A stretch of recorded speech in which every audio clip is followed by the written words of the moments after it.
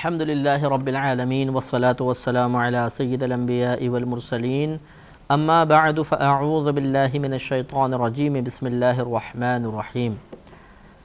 سورہ بنی اسرائیل کی تفسیر چل رہی تھی اور 60ویں آیت کی تفسیر ابھی جاری تھی۔ اس میں اللہ تبارک و تعالی نے ارشاد فرمایا تھا دو چیزوں کا بیان کر کے کہ ہم نے انہیں لوگوں کے لیے آزمائش بنایا۔ ایک تو اس میں نبی کریم صلی اللہ علیہ وسلم کے سفر معراج کا تذکرہ ہے مفسرین کے قول کے مطابق،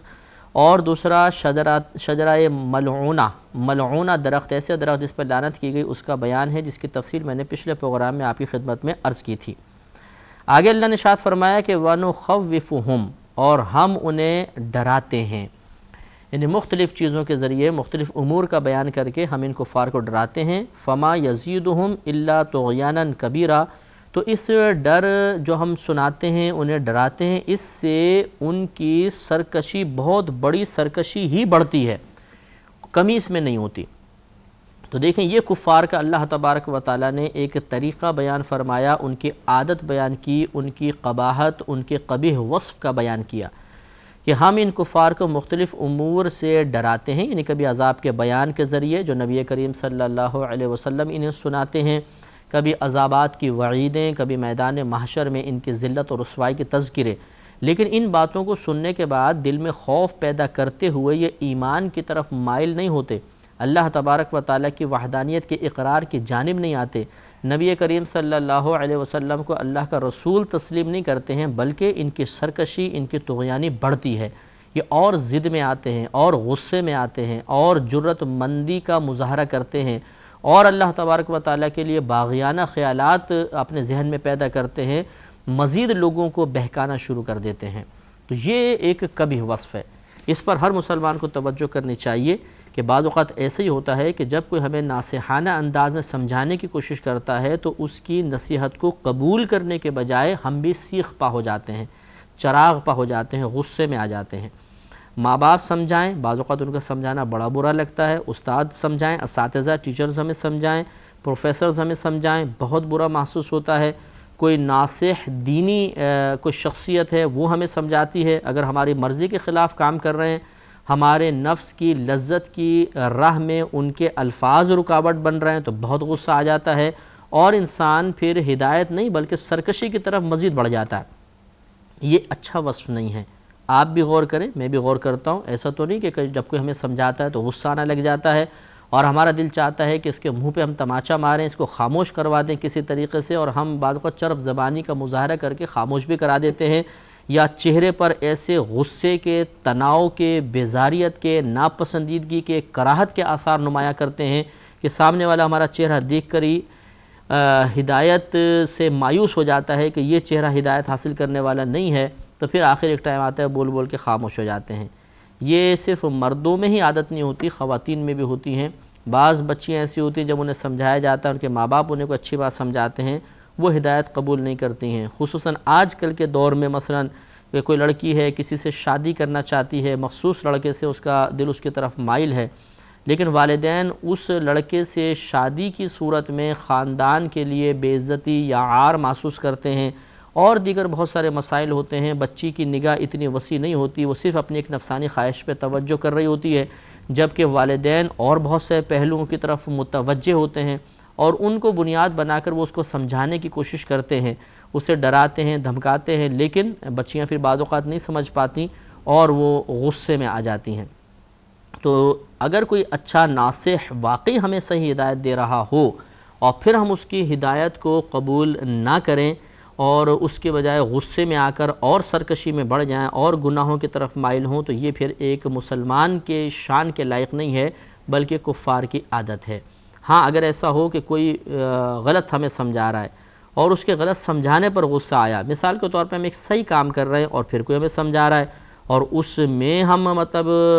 غصے میں آ رہے ہیں، تو یہ قابل گرفت نہیں ہے۔ مثال کے طور پہ جیسے بعض والدین ہوتے ہیں، اگر اولاد نیک بننے کی کوشش کرے، وہ داڑھی رکھ رہی ہے، وہ نماز کی طرف مائل ہو رہی ہے، وہ گناہوں سے بچ رہی ہے، وہ فضول قسم کے، بیکار قسم کے، گناہگار قسم کے لوگوں سے بچنے کی کوشش کر رہے ہیں،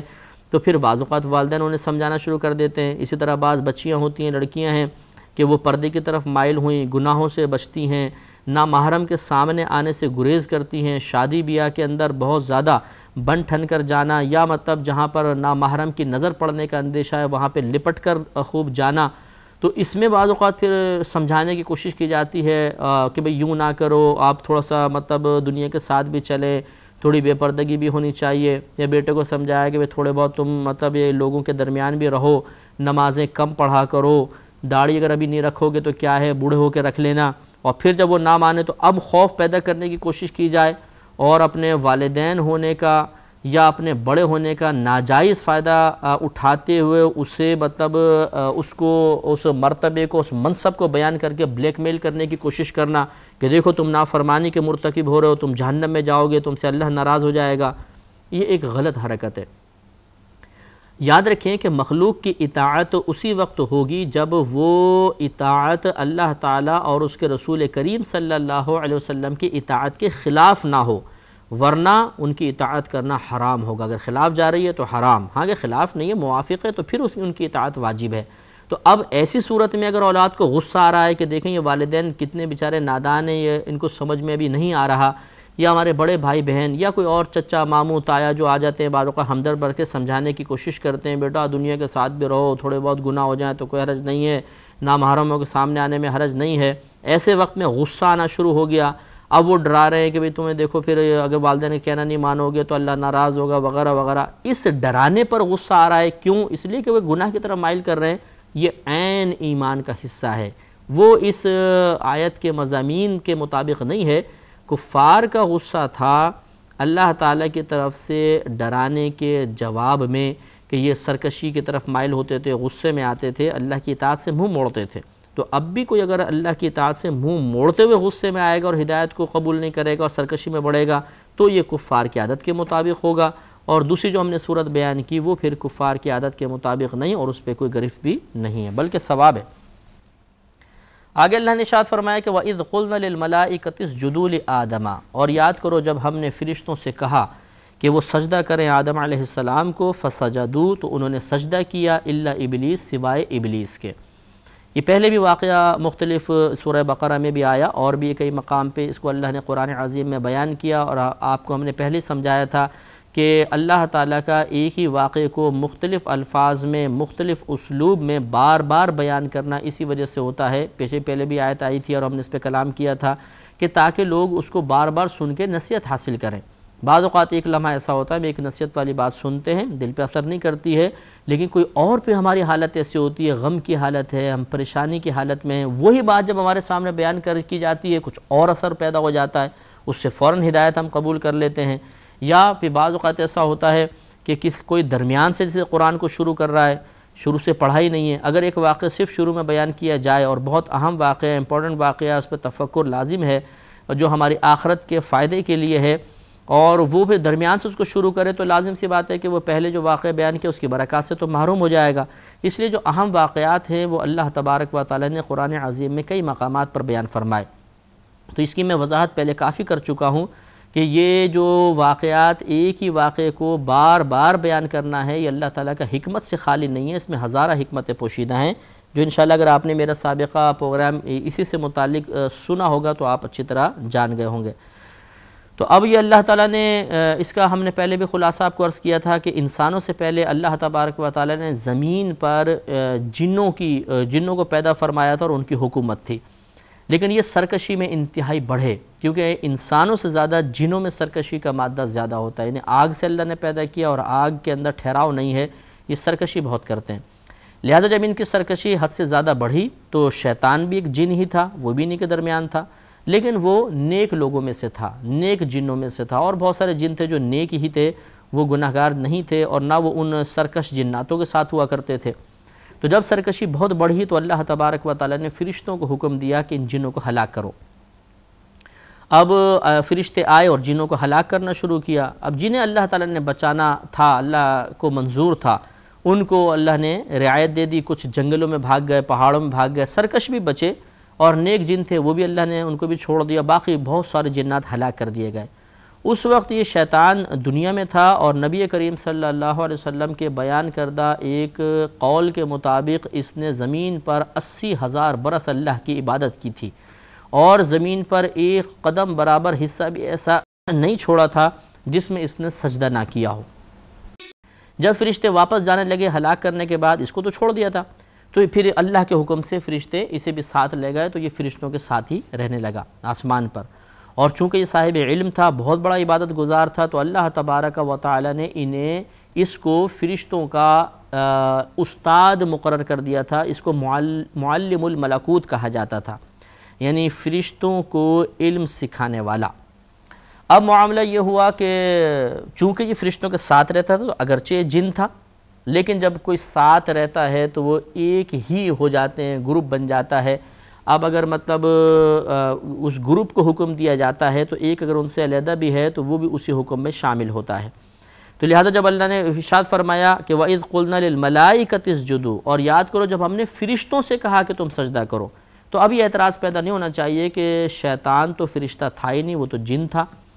تو اس کا مطلب ہے وہ حکم میں شامل بھی نہیں تھا، کیونکہ اللہ نے تو فرمایا کہ ہم نے فرشتوں کو حکم دیا تھا۔ اب اگر شیطان نے سجدہ نہیں کیا تو وہ کیوں قابل گرفت ہوا؟ کیونکہ وہ تو فرشتہ تھا ہی نہیں۔ تو اس کا جواب پھر یہی ہے کہ چونکہ وہ فرشتوں کے ساتھ تھا، تو گویا کہ مخاطب تو بظاہر اللہ نے یہ فرمایا کہ ہم نے فرشتوں کو حکم دیا تھا، لیکن چونکہ شیطان بھی انہی کے ساتھ تھا، تو یہ یعنی ابلیس، تو یہ بھی اس حکم میں شریک تھا۔ اور اس کی سب سے بڑی دلیل یہی ہے کہ اگر یہ شریک نہ ہوتا تو اللہ تعالیٰ پھر اس کو کیوں ذلیل کرتا، کیوں یہ کافر ہوتا؟ کہ جب حکم ہی اس کو نہیں تھا تو پھر انکار کہاں ہوا؟ جب انکار نہیں ہوا تو پھر یہ کافر کیسے ہوا؟ اور پھر اس کا انکار کرنا قابل گرفت کیوں ہوا؟ اسی لیے کہ حکم میں یہ بھی شامل تھا۔ لہٰذا اللہ نے فرمایا وَإِذْ قُلْنَا لِلْمَلَائِكَةِ اسْجُدُوا لِآدَمَ، اور یاد کرو جب ہم نے فرشتوں سے کہا کہ وہ آدم علیہ السلام کو سجدہ کریں، فَسَجَدُوا إِلَّا إِبْلِيسَ، تو انہوں نے سجدہ کیا سوائے ابلیس کے۔ قَالَ، اس نے کہا أَسْجُدُ لِمَنْ خَلَقْتَ طِينًا، اے اللہ کہ کیا میں اس شخص کو سجدہ کروں جس کو تو نے مٹی سے پیدا کیا ہے؟ یہ گویا کہ اس کا جملہ جو تھا یہ تکبراً تھا کہ میں آگ سے پیدا ہوا ہوں۔ یہ جو مفسرین نے بیان فرمایا کہ اس کے جملہ کہنے کا مقصد کیا تھا؟ مقصد یہ تھا کہ یہ گویا کہ تقابل کرنا چاہتا تھا کہ اللہ تو نے آدم علیہ السلام کو مٹی سے پیدا کیا، تو یہ گویا کہ اس نے کہنا یوں چاہا کہ تو نے مجھے آگ سے پیدا کیا، آدم علیہ السلام کو مٹی سے پیدا کیا، اور آگ مٹی سے افضل ہوتی ہے۔ اور کس وجہ سے؟ اس کے ذہن میں دلیل یہ تھی کہ آگ کو اگر جلائیں تو یہ زمین سے اوپر کی طرف جاتی ہے، تو اوپر بلندی ہے، تو یہ آگ بلند ہوئی، اور اگر مٹی کو اوپر سے آپ چھوڑیں تو یہ نیچے گرتی ہے، تو مٹی کے لیے پستی ہے اور آگ کے لیے بلندی ہے۔ لہذا اس نے کہا کہ یہ کیسے ہو سکتا ہے کہ بلند چیز پست چیز کے سامنے سجدہ ریز ہو جائے؟ تو چونکہ اس کا یہ قیاس اللہ تبارک و تعالی کے حکم کے خلاف تھا، اس لیے اس قیاس پہ قابل گرفت ہوا۔ لہذا اس کو بنیاد بنا کے اگر کوئی بیچارہ نادانی میں یہ کہے کہ دیکھیں جی قیاس اگر جائز ہوتا تو شیطان کا قیاس بھی درست ہوتا، تو لہذا قیاس ہی ناجائز ہے؟ نہیں، فقہا جو قیاس کرتے ہیں وہ کوئی اللہ تعالیٰ کے حکم کے خلاف نہیں کرتے، بلکہ اللہ تبارک و تعالیٰ کے احکام کو عوام کے لیے آسان کرنے کے لیے اور اللہ کے احکام کے بیان کے لیے ہی قیاس کیا جاتا ہے۔ تو اس میں کوئی گرفت نہیں ہے، نہ اس قیاس کو شیطان کے قیاس پہ قیاس کرتے ہوئے ہم غلط کہہ سکتے ہیں۔ لہٰذا شیطان نے یہ دلیل دی، حالانکہ فقہا نے اس کا جواب دیا، مفسرین نے اس کا جواب دیا کہ اس کا قیاس بالکل سرے سے غلط تھا۔ یہ صحیح ہے کہ جب آدمی کے تکبر آدمی کے قلب پر غلبہ کر لیتا ہے تو اس کی عقل ختم ہو جاتی ہے،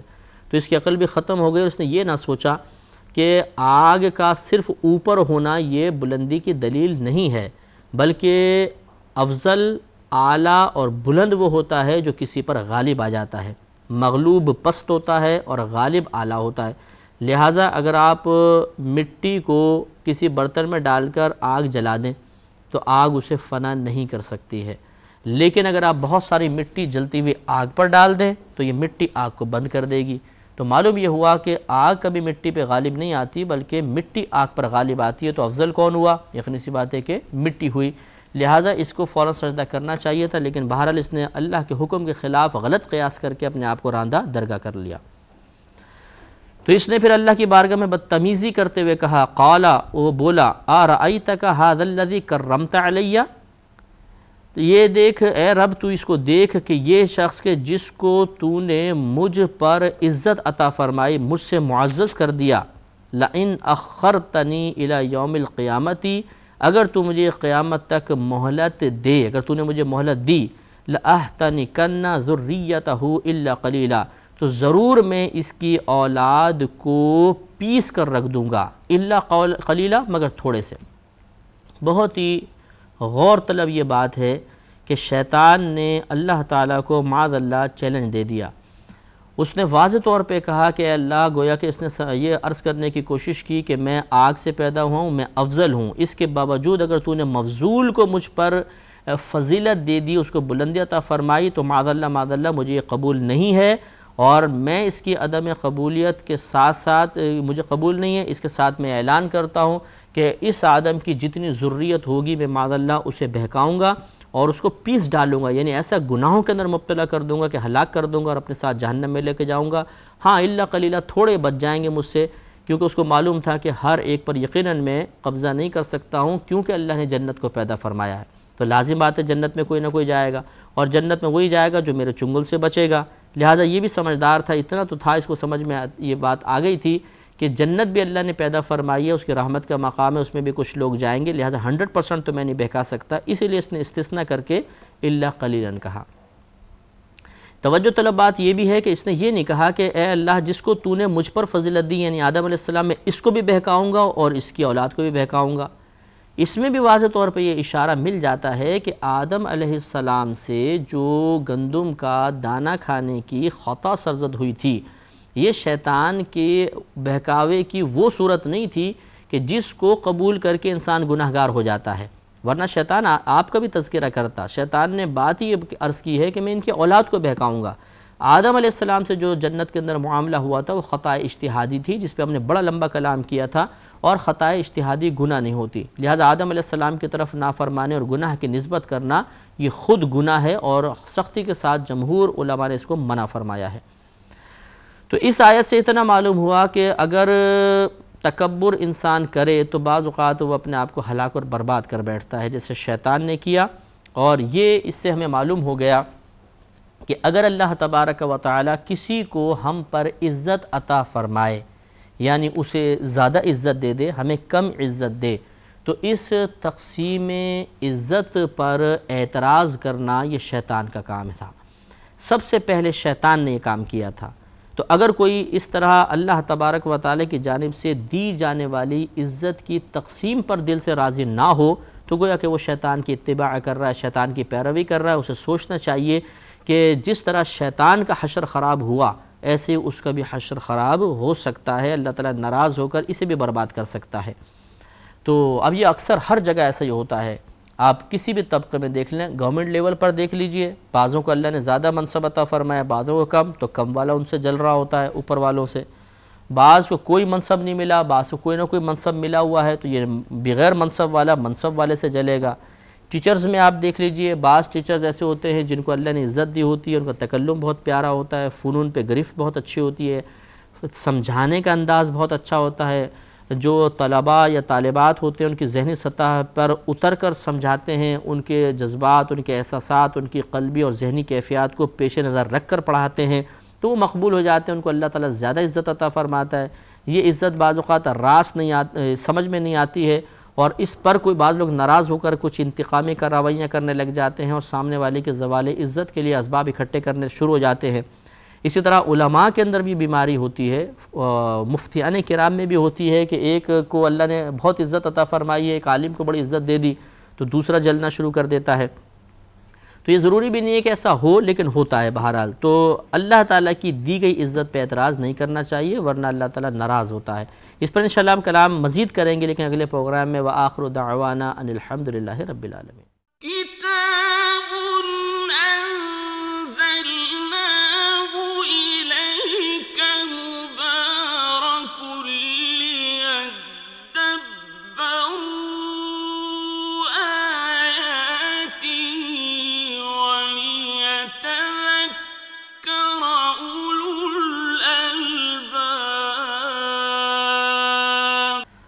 الحمدللہ رب العالمین والصلاة والسلام علی سید الانبیاء والمرسلین، اما بعد فاعوذ باللہ من الشیطان الرجیم، بسم اللہ الرحمن الرحیم۔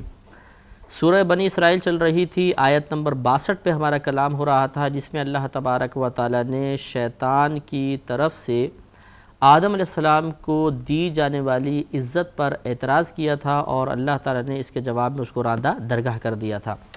اس پر ہم کلام کرتے وقت کر رہے تھے کہ اگر آپ بھی اپنے اطراف میں کسی کو اپنے سے زیادہ باعزت تصور کریں کسی بھی حوالے سے، کہ لوگ اس کی زیادہ رسپیکٹ کر رہے ہیں، اس کو عزت دے رہے ہیں، اسے کوئی مقام اور منصب حاصل ہو رہا ہے، تو کبھی بھی دل میں اس سے متعلق غلط خیال لے کر نہ آئیں، اس کی زوال عزت کی تمنا نہ کیجئے، کیونکہ اس کو اللہ نے عزت دی ہے۔ آپ کو اگر عزت کے اعتبار سے اس سے پست رکھا ہے تو یہ اللہ کا فیصلہ ہے، اور اللہ کے فیصلے پر ناراضگی کا اظہار کرنا، اس کے لیے خدا نخواستہ غلط عملی کوشش کرنا، یہ قطعاً غیر مناسب ہوتا ہے۔ تو اللہ تعالیٰ سے اس نے مہلت مانگی کہ اے اللہ تو مجھے مہلت دے دے، یہ شخص جس کو تو نے مجھ پر عزت عطا فرمائی میں اس کی اولاد کو پیس کر رکھ دوں گا، اور ہاں تھوڑے اس میں سے ایسے ہوں گے جو میرے ہاتھ سے بچ جائیں گے۔ اور یہ بھی اس کو معلوم تھا کہ گمراہ زیادہ ہوں گے، نافرمان زیادہ ہوں گے، اور فرما برداری کم لوگ کریں گے، آج بھی ایسا ہی زیادہ ہوتا ہے۔ اللہ تعالیٰ نے فرمایا قال اذهب، اللہ نے فرمایا تو چلا جا، فمن تبعک منہم، تو پھر جو ان میں سے یعنی آدم علیہ السلام کی اولاد میں سے تیری پیروی کرے گا فإن جہنم جزاؤکم جزاء موفورا، تو بے شک ان سب کا بدلہ بھرپور سزا کے طور پہ جہنم ہے، کہ اللہ تعالیٰ پھر ان سب کو جہنم میں ڈالے گا۔ اور جہنم میں ڈالے جانے کی دو صورتیں ہوں گی، یہ کہ بعض تو ایسے ہوں گے کہ جنہیں جہنم میں ڈال کر ہمیشہ کے لیے اس میں بند کر دیا جائے گا، یہ کفار، مشرکین اور منافقین ہوں گے، اور بعض ایسے ہوں گے جنہیں اللہ تبارک و تعالیٰ اپنے کرم سے، اپنے فضل سے، اپنے حبیب کریم صلی اللہ علیہ وسلم کی شفاعت کے صدقے میں جہنم سے نکالے گا اور داخل جنت فرمائے گا۔ بہرحال اللہ تعالیٰ نے بیان فرما دیا کہ جو شیطان کی پیروی کرے گا اسے اللہ تعالیٰ جہنم میں ڈالے گا۔ لہٰذا اس پر ہمیں بھی غور کرنا چاہیے کہ ہم 24 آورز میں کتنی اللہ تعالیٰ کی اطاعت کرتے ہیں، اس کے رسول کی اطاعت کرتے ہیں، اور کتنا اس کے مقابلے میں شیطان کی اطاعت کرتے ہیں۔ شیطان ہمارا دوست نہیں ہے، دشمن ہے، اس نے اللہ کی بارگاہ میں اعلان کر دیا تھا میں اس کی آدم کی اولاد کو پیس کر رکھ دوں گا، تو شیطان ہمیں چھوڑے گا نہیں، شیطان ہمارے پیچھے، ہمیں چاہیے کہ شیطان سے مقابلہ کریں، اس کی اطاعت نہ کریں۔ مزید اللہ نے ارشاد فرمایا وَاسْتَفْزِزْ مَنِ اسْتَطَعْتَ مِنْهُمْ بِصَوْتِكَ، اور تو ان میں سے آدم کی اولاد میں سے جس پر استطاعت رکھتا ہے انہیں اپنی آواز کے ذریعے بہکا دے۔ جا تجھے مہلت دی، تو دنیا میں چلا جا، اور آدم کی اولاد میں سے جس پر تو استطاعت رکھتا ہے انہیں اپنی آواز سے بہکا دے۔ آواز سے بہکانے کا مطلب شیطانی آواز کیا ہے؟ اس میں مفسرین کا قول یہ ہے کہ ہر وہ آواز جو گناہ پر مشتمل ہو یا اس کا سننا گناہ ہے وہ مراد ہے۔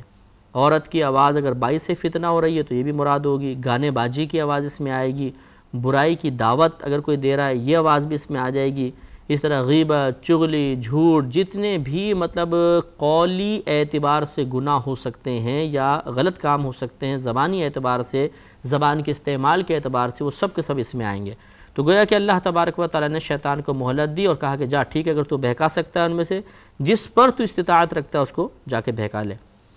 وَأَجْلِبْ عَلَيْهِمْ بِخَيْلِكَ وَرَجِلِكَ وَشَارِكْهُمْ فِي الْأَمْوَالِ وَالْأَوْلَادِ وَعِدْهُمْ، اللہ نے فرمایا کہ اور تو اپنے گھوڑوں کے ساتھ، خیل کہتے ہیں گھوڑوں کو، اپنے گھوڑے سے مراد اپنے سوار جتنے تیرے ساتھی ہیں ان کے ساتھ تو ان پر فوج چڑھا دے، فوج لے جا آدم علیہ السلام کی اولاد پر، اور تو اپنے خیل مانے گھوڑے، رجل مانے کہتے ہیں جو پیدل چلنے والے ہوتے ہیں، تو گویا کہ اللہ نے فرمایا جتنے تیرے سوار ہیں انہیں بھی لے جا، جتنے تیرے پیدل ہیں لوگ انہیں بھی لے جا۔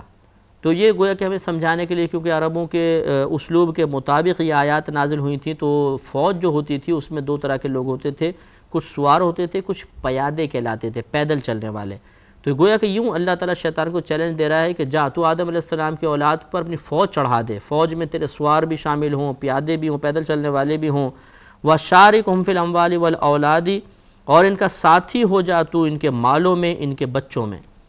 مالوں میں شامل شریک ہو جانے، شیطان کے شریک ہو جانے کا مطلب کہ تو نے اس انداز سے بہکا، جا تجھے اجازت دیتا ہوں، مہلت دے دیتا ہوں کہ وہ مال کو حرام طریقے سے کمائیں، غلط ذرائع اختیار کریں، اور یا پھر مال کو لے کر اس سے غریبوں کا یا جو اللہ کا حق ہے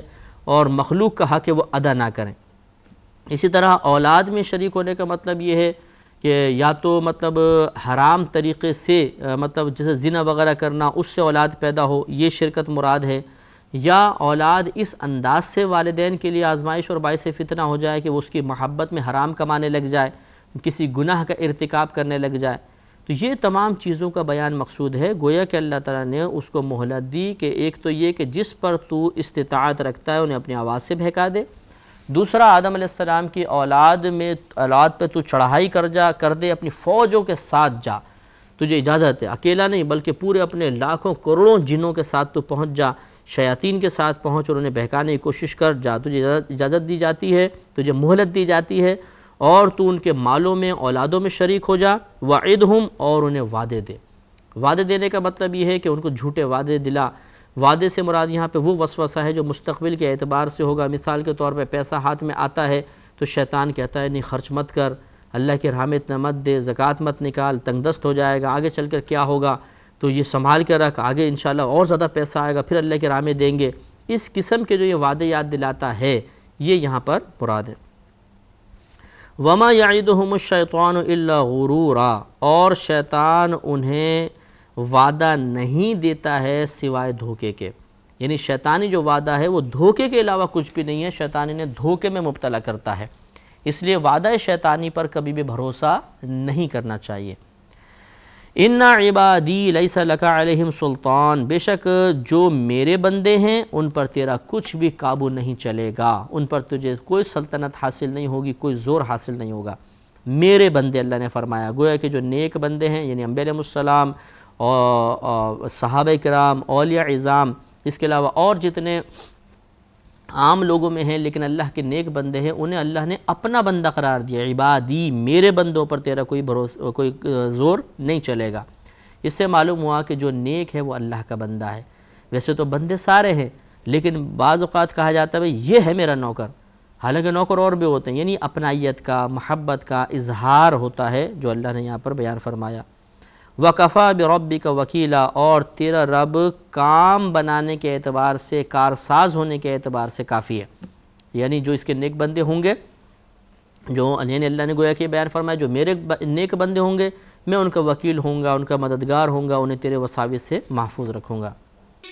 رَبُّكُمُ الَّذِي يُزْجِي لَكُمُ الْفُلْكَ فِي الْبَحْرِ، تمہارا رب وہ ہے جو تمہارے لیے دریا میں کشتی رواں کرتا ہے، چلاتا ہے، لِتَبْتَغُوا مِنْ فَضْلِهِ، تاکہ تم اس کا فضل تلاش کرو۔ اب اللہ نے کچھ احسانات اپنے یاد دلانے شروع کیے، کیونکہ پیچھے شیطان کا تذکرہ ہوا کہ شیطان بہکائے گا۔ اب شیطان سے کے بہکاوے سے بچنے کے طریقے کیا ہیں، ان میں سے ایک طریقہ اللہ نے بیان فرمایا کہ منعم حقیقی کی نعمتوں پر غور کرو۔ جب تم اللہ تعالیٰ کی نعمتوں پر غور کرو گے تو اعتراف کرنے پر مجبور ہو جاؤ کہ وہ بڑا رحیم ہے، کریم ہے، بڑا اس نے فضل کیا ہے۔ جب تمہارا دل اس کو تسلیم کر لے گا تو فوراً تمہارا ضمیر تمہیں مشورہ دے گا کہ پھر ایسی ذات کی نافرمانی نہیں کرنی چاہیے، جو تمہیں اتنا دے رہا ہو، اتنا تم پہ کرم کر رہا ہے، اتنی تمہاری مشکل پریشانیاں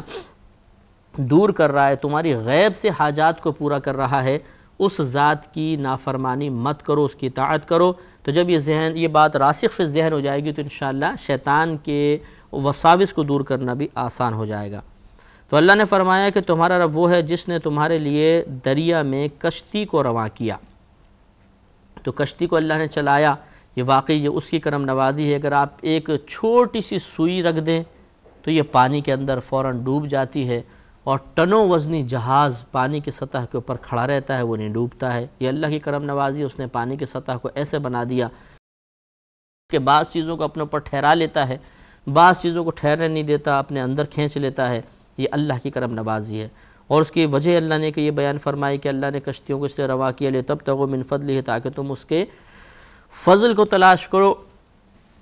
اس اعتبار سے کہ بعض اوقات تو کشتی میں بیٹھ کے اللہ کے فضل کو انسان تلاش کرتا ہے، مثلاً سمندر سے مچھلیاں پکڑنا یا مطلب ہیرے جواہرات نکالنا، اور بعض اوقات اس وجہ سے کہ دریا پار جانا ہوتا ہے، وہاں پہ جا کے تجارت کرتا ہے، تو اللہ نے کشتیوں کو رواں کیا تاکہ تم اللہ کے جا کے آگے فضل کو تلاش کرو۔ دونوں مراد ہو سکتے ہیں۔ اِنَّهُ كَانَ بِكُمْ رَحِيمًا، بے شک وہ اللہ تبارک و تعالیٰ تم پر مہربان ہے۔ وَإِذَا مَسَّكُمُ الضُّرُّ، اور جب تمہیں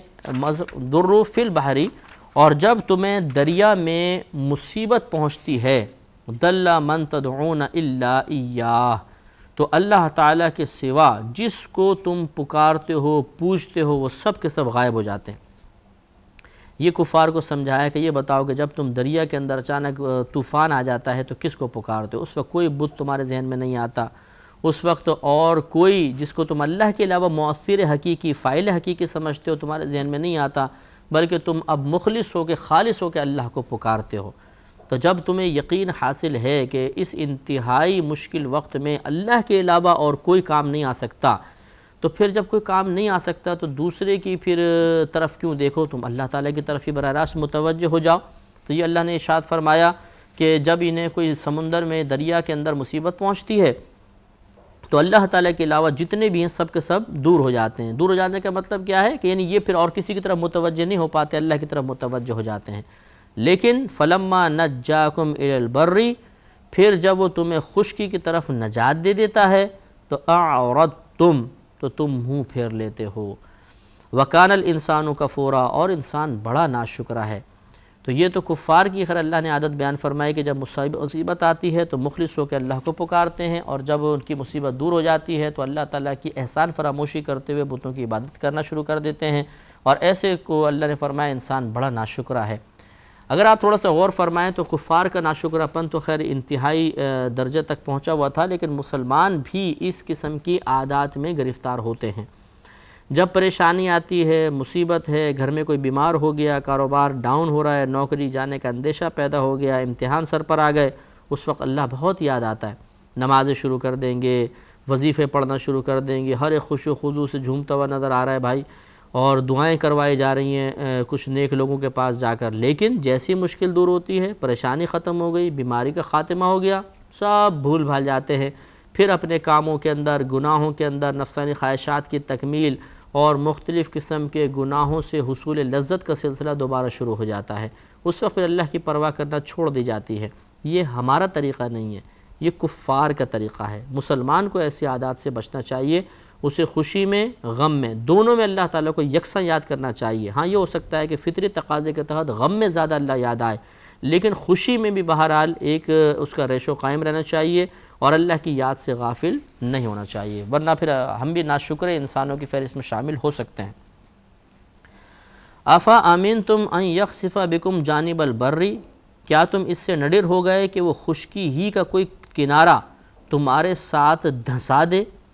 یعنی کفار کو ڈرایا جا رہا ہے کہ تم یہ سمجھتے ہو کہ سمندر میں تھے، طوفان آیا تو ہم ہلاک ہو سکتے ہیں، لیکن کیا اس بات سے تم بے خوف ہو گئے کہ اللہ چاہے تو تمہیں زمین پر بھی مار سکتا ہے؟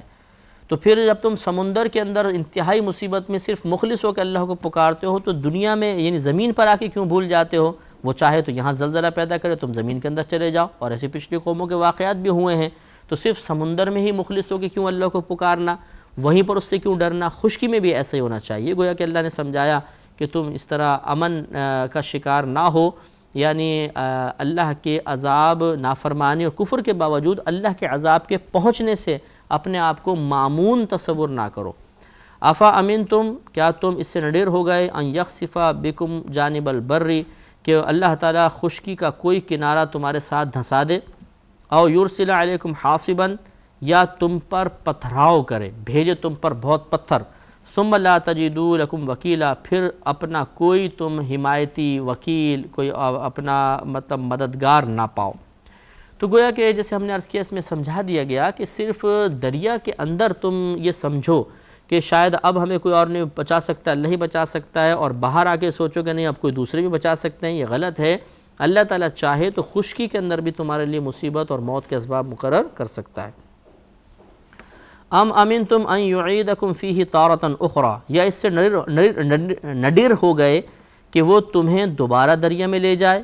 فیرسل علیکم قاصفا، پھر تم پر جہاز توڑنے والی آندھی، من الریح، ہوا کی جہاز توڑنے والی آندھی بھیج دے، فیغرقکم بما کفرتم، تو تم کو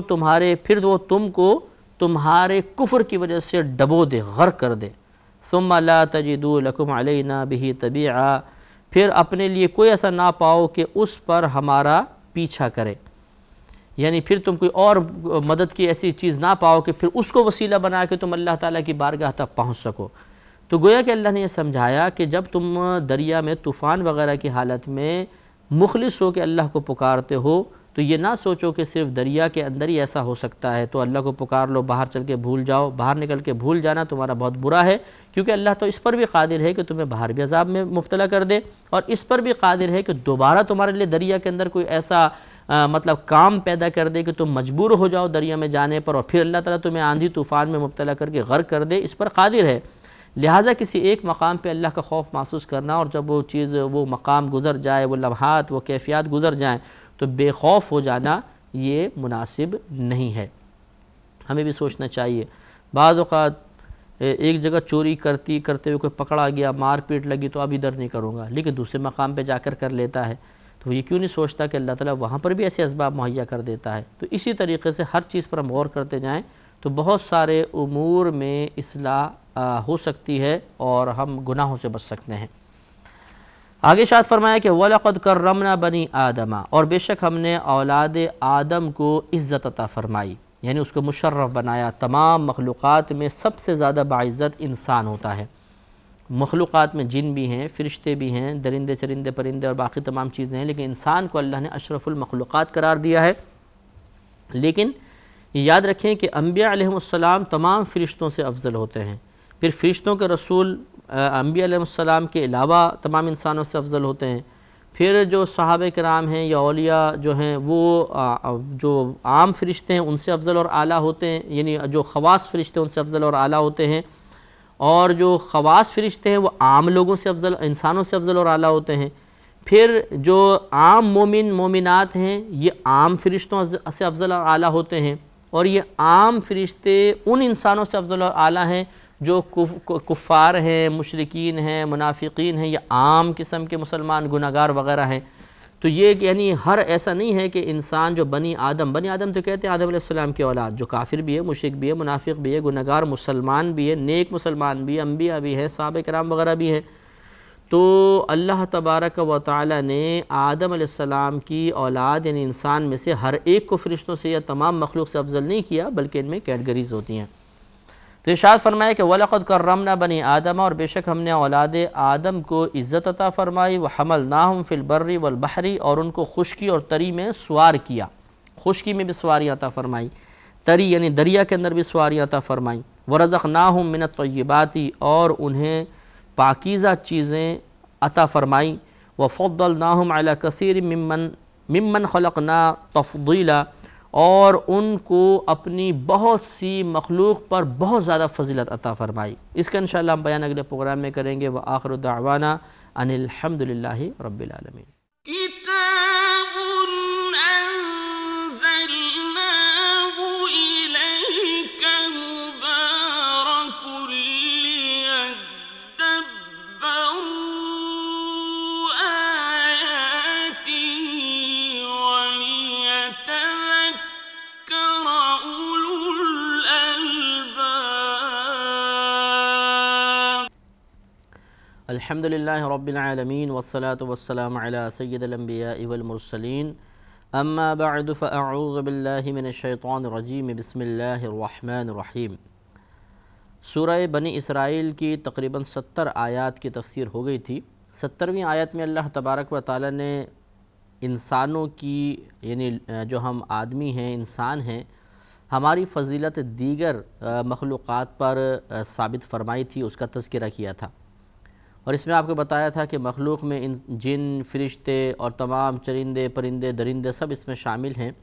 انسان کو ان سب سے افضل و اعلیٰ پیدا کیا گیا ہے،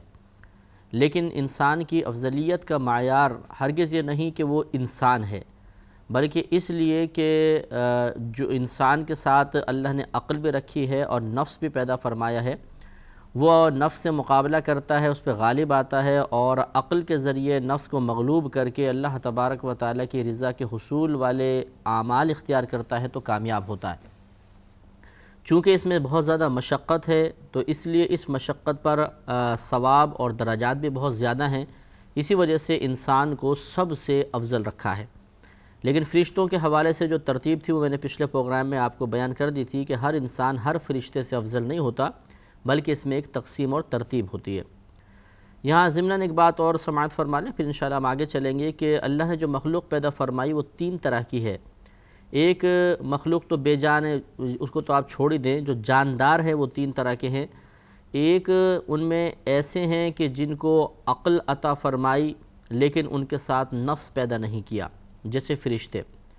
بعض ایسے ہیں جن کے ساتھ نفس تو پیدا کر دیا، انہیں عقل و شعور تو دیا لیکن عقل جو مطلب اچھے برے میں تمیز کرتی ہو وہ صلاحیت عطا نہیں کی، جیسے جانور، یہ جانور تھے۔ اور ایک تیسری مخلوق پیدا فرمائی جسے عقل سے بھی نوازا اور اس کے ساتھ نفس بھی پیدا فرما دیا، وہ انسان ہے۔ تو فرشتوں کے ساتھ چونکہ نفس ہے ہی نہیں، صرف عقل ہے، تو وہ معصوم عن الخطا ہیں، ان سے کوئی خطا سرزد نہیں ہوتی کیونکہ صرف عقل ہے۔ اس عقل کے صحیح استعمال کی راہ میں رکاوٹ ڈالنے والا نفس چونکہ موجود ہی نہیں، نفسانی خواہشات ہیں ہی نہیں، لہٰذا وہ صرف اللہ کی اطاعت کرتے ہیں اور ہر قسم کے گناہ سے بچے ہوئے ہیں۔ اور جانوروں کو اللہ نے عقل سے بالکل عاری رکھا ہے، انہیں نفس عطا فرمایا، لہٰذا جانوروں کو آپ دیکھیں گے کہ ہمہ وقت اپنی کسی نہ کسی نفسانی خواہش کی تکمیل میں وہ مصروف نظر آئیں گے۔ کھانا پینا، سو جانا، سائے میں بیٹھنا، دھوپ میں آنا، بھاگنا، دوڑنا، چلنا، ٹھہرنا، یہی ان کی عادات ہوتی ہیں جو کہ نفس کے تقاضے ہوتے ہیں، اس کو یہ پورا کرتے رہتے ہیں۔ تو چونکہ ان کے ساتھ عقل ہے ہی نہیں، جب عقل نہیں تو یہ مکلف بھی نہیں ہے، اسی لیے ان کے اوپر کوئی عذاب وغیرہ نہیں ہوگا۔ اور تیسرا انسان ہے، چونکہ انسان کے ساتھ نفس بھی پیدا کر دیا اور عقل بھی عطا فرمائی۔ اب نفس اس کو مسلسل برائی کی دعوت دیتا ہے اور شیطان تو اس کے ساتھ مددگار ہے ہی، اور عقل اللہ نے عطا فرما دی کہ اب اس کی دعوت کو عقل کے صحیح استعمال کے ذریعے کیسے رد کرنا ہے، یا نفس کی کتنی خواہش کی تکمیل کرنی ہے اور کتنی نہیں کرنی۔ چونکہ اس میں بہت زیادہ مشقت ہے اور بار بار انسان کو اپنے ذہن کو، اپنی عقل کو استعمال کر کے ایک نئی مشقت کا سامنا کرنا پڑتا ہے، لہٰذا انسان کے درجات ان دونوں مخلوقات سے زیادہ رکھے گئے ہیں۔ تو اب جو بزرگان دین نے لکھا ہے، اکابرین نے تحریر فرمایا کہ جو شخص عقل کا صحیح استعمال کرے اور نفس پر غالب آ جائے، یہ فرشتوں سے بھی افضل ہوگا، اس لیے کہ فرشتوں کے پاس صرف عقل ہے، نفس نہیں۔ اور جس انسان پر اس کی نفسانی خواہشات نے غلبہ کیا اور وہ اللہ کی نافرمانی میں مبتلا ہوا، گویا کہ نفس عقل پر غالب آ گیا، عقل مغلوب ہو گئی، تو وہ جانوروں سے بھی بدتر ہے، اس لیے کہ جانور بھی اللہ کی اطاعت کرتے ہیں، فرما برداری کرتے ہیں، حالانکہ عقل نہیں، اور یہ اس سے بھی درجے میں نیچے گر گیا تو یہ جانوروں سے بھی نیچے درجے میں چلا گیا۔ تو اللہ تعالیٰ نے اس آیت میں ارشاد فرمایا تھا کہ وَلَقَدْ كَرَّمْنَا بَنِي آدَمَ، اور ضرور بے شک ہم نے بنی آدم کو یعنی اولاد آدم کو عزت عطا فرمائی۔ وَحَمَلْنَاهُمْ فِي الْبَرِّ وَالْبَحْرِ، اور ہم نے انہیں خشکی اور تری میں یعنی خشکی میں اور سمندر وغیرہ میں سواری عطا فرمائی، سوار کیا۔ وَرَزَقْنَاهُمْ مِنَ الطَّيِّبَاتِ، اور ہم نے انہیں پاکیزہ چیزوں میں سے عطا فرمایا۔ وَفَضَّلْنَاهُمْ عَلَى كَثِيرٍ مِّمَّنْ خَلَقْنَا تَفْضِيلًا، اور ہم نے انہیں ان میں سے کثیر پر فضیلت عطا فرمائی جنہیں ہم نے پیدا فرمایا ہے۔ تو ہمیں الحمدللہ مشرف المخلوقات ہیں، لیکن یہ شرف اسی وقت حاصل ہوگا یا اس لقب کے ہم صحیح مستحق اسی وقت ہوں گے کہ جب ہم وہ کام کریں جو ہمیں فرشتوں سے بھی افضل اور اعلیٰ کروا دیں۔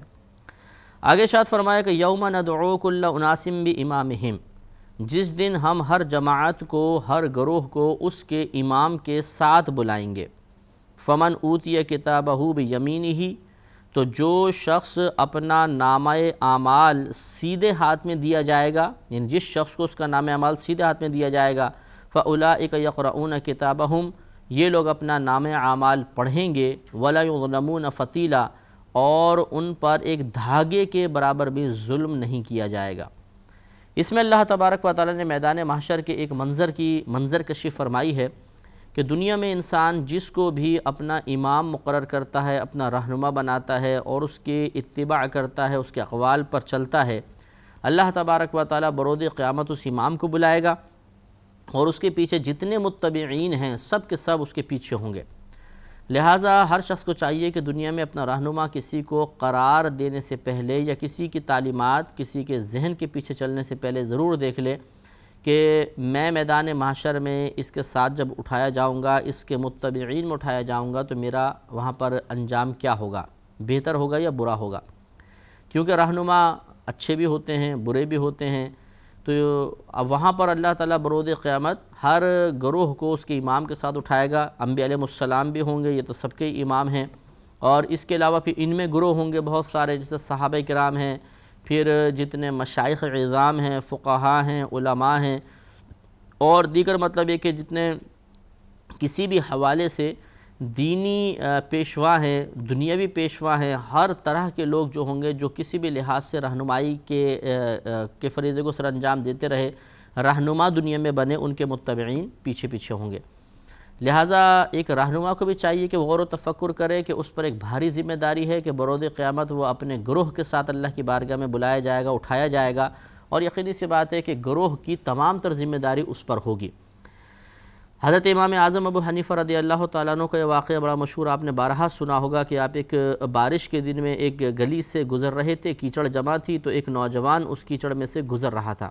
امام اعظم ابو حنیفہ رضی اللہ تعالیٰ عنہ نے ارشاد فرمایا کہ بیٹا ذرا سنبھل کے گزرنا، کہیں گر مت پڑنا.